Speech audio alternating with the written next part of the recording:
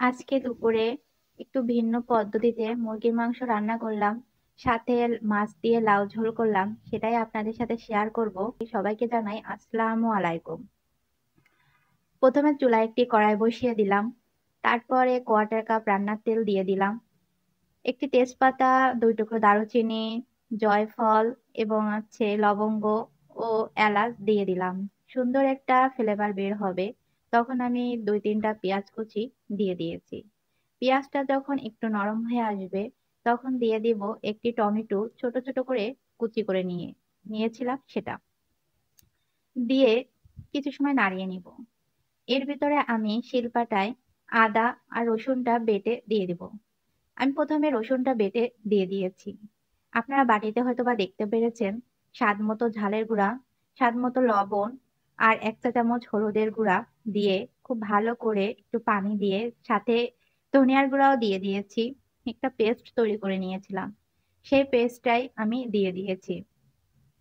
দিয়ে এবার আমি কিছু সময় নাড়িয়ে নিব, মশলাটা একটু কষিয়ে নিব, যাতে মশলা থেকে কাঁচা গন্ধটা চলে যায়।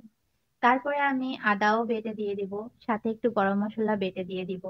ভালো করে মশলাটা কষিয়ে নেওয়ার পর যখন মশলা থেকে কাঁচা গন্ধটা চলে যাবে, তখন আমি দিয়ে দিব মুরগির মাংস। মুরগির মাংসটা দিয়ে খুব ভালো করে কষিয়ে নিব। এভাবেই পানি ছাড়া আমি 10-15 মিনিট কষিয়ে নিব। যেহেতু আমি আলু পছন্দ করি, আর আমার হাজবেন্ড কিছুতেই আলু পছন্দ করে না, খুবই পছন্দ কম করে, তাই এখানে আমি দুটো আলু মাত্র দিয়েছি।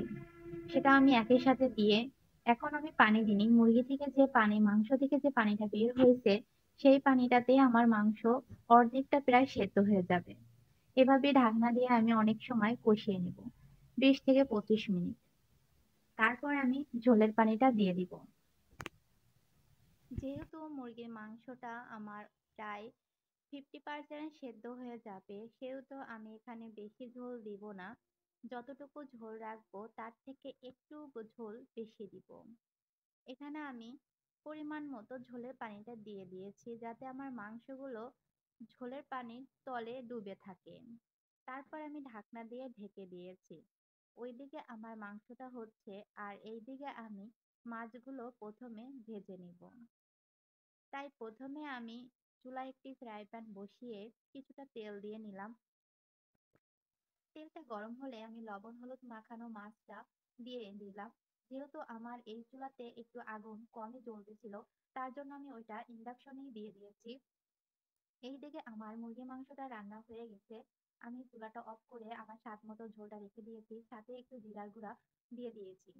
এখন আমি এই চুলাতেই বসিয়ে দিলাম মাছগুলো। মাছটা আমার ভাজা হয়ে গেছে, আমি একটা বাটিতে তুলে নিলাম। এখন আমি মাছ ভাজা তেলের ভিতরেই দিয়ে দিয়েছি একটা পেঁয়াজ কুচি আর 5-6টি কাঁচামরিচ। তারপরে দিয়ে দিয়েছি হাফ চা চামচের মতো হলুদের গুঁড়া, স্বাদ মতো লবণ, আর দিয়ে দিয়েছি হাফ চা চামচের মতো ধনিয়ার গুঁড়া। আর কোনো মসলা আমি এখানে দিব না। হ্যাঁ, এখানে আমি একটু ওই যে মুরগির মাংস রান্না করার জন্য যে গরম মশলাটা বেটে রেখেছিলাম, তার থেকে একটু গরম মশলা এখানে দিয়ে দিয়েছি। আর কোনো মশলাই এখানে ব্যবহার করবো না, তাহলে লাউটা বেশি ভালো লাগে না। কারণ কম মশলাতে লাউটা বেশি ভালো লাগে। এখন আমি লাউটা দিয়ে দিলাম। খুব ভালো করে মশলার সাথে লাউটা মিশিয়ে নেব। কিন্তু তার আগে আমি 2 মিনিটের জন্য ঢেকে দিয়েছি, যেহেতু আমি ফ্রাই প্যানে রান্না করছি, একটু বেশি হয়ে গেছিল। তাই আমি একটু ঢেকে দিয়েছি, যাতে একটু সেদ্ধ হয়ে কমে আসলে আমি তখন নাড়িয়ে দেবো। 2 মিনিট পর, 2 থেকে 5 মিনিট পর আমি ঢাকনা তুলে লাউটা ভালো করে একটু মিশিয়ে নিলাম, মশলার সাথে মিশিয়ে আমি ঝোলের পানিটা দিয়ে দিলাম। ঝোলের পানিটা দিয়ে আমি এখানে ভাজা মাছগুলো দিয়ে দিয়েছি, সাথে আমি দিয়ে দিয়েছি 2টি টমেটো কেটে।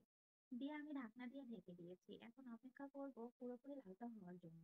যেহেতু অনেক কচি লাউ, সেহেতু হতে আমার বেশি সময় লাগেনি, খুব তাড়াতাড়ি লাউ রান্নাটা হয়ে গিয়েছে।